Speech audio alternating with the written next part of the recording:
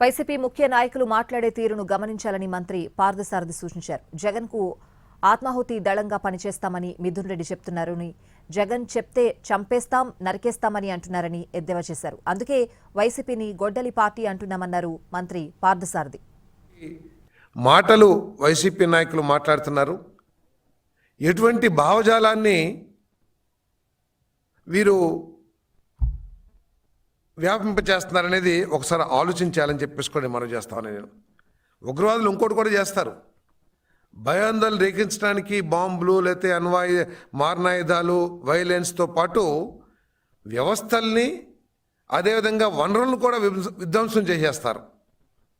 మొన్న ఒక పార్లమెంట్ సభ్యులు, సీనియర్ పార్లమెంట్ సభ్యులు మిథున్ రెడ్డి గారు, జగన్మోహన్ రెడ్డి గారు ఏమి చెప్తే అది చేస్తాం, ఆత్మాహుతి దళంగా పనిచేస్తాం అని చెప్తా ఉంటే వైఎస్ఆర్ కాంగ్రెస్ పార్టీ ఒక రాజకీయ పార్టీయా లేకపోతే ఉగ్రవాద సంస్థ అని చెప్పేసి నాకు అర్థం కావట్లేదని చెప్పేసి మనం చేస్తాను. నేను వైసీపీ నాయకుడు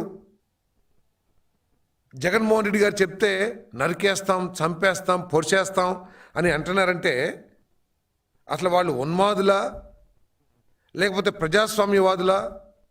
ఈ ప్రజలందరూ కూడా అర్థం చేసుకోవాల్సిన అవసరం ఉందని చెప్పేసి కూడా నేను మనవి చేస్తాను.